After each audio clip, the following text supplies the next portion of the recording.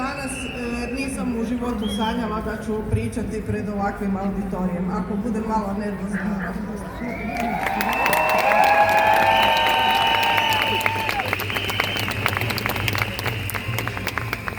Dolazim iz Siska, iz grada Hrvatskih pobjeda.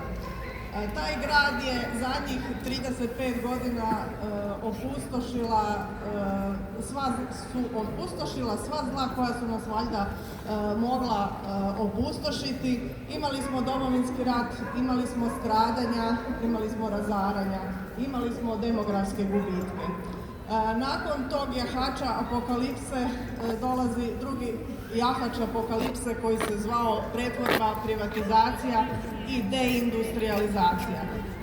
Izgubili smo 20-ak tisuća radnih mjesta, izgubili smo ljude, izgubili smo veliki demografski potencijal i Sisak je od tada zapravo u jednoj konstantnoj stagnaciji.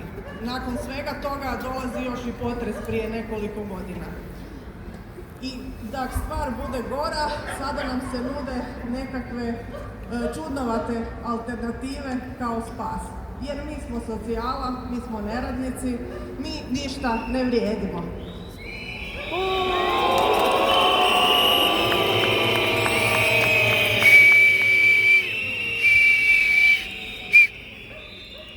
Znači, nakon ova prethodna 3 jahača apokalipse dolazi nam nova 3 jahača apokalipse. Prvo, ukazuju nam se investitori sa puno novca, a malo morala. Nude nam čudnovate studije utjecaja na okoliš, apsolutno manjkave u svakom svom segmentu. Nude nam nekakva obećanja o gradnji infrastrukture, pričaju nam bajke. Međutim, ne možete Siščanima više prodavati bajke. Siščani su se opekli zadnjih 30 godina.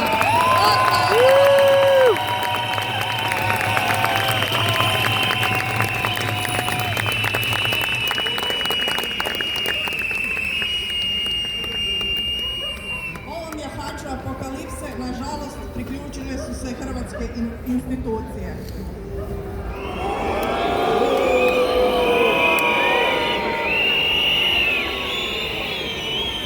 Ministarstvo zaštite okoliša je prihvatilo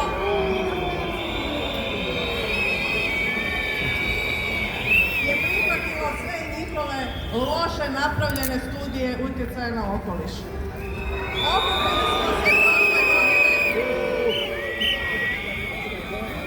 Okupili smo se prošle godine konkretno za grad Sisak. Uložili smo preko 800 prigovora na te studije. Znate što se dogodilo?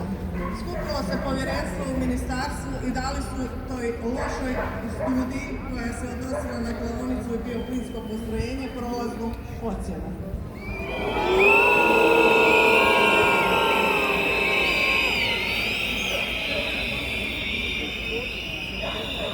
Na istom tom povjerenstvu bili su predstavnici Sisačko-moslavačke županije i grada Siska.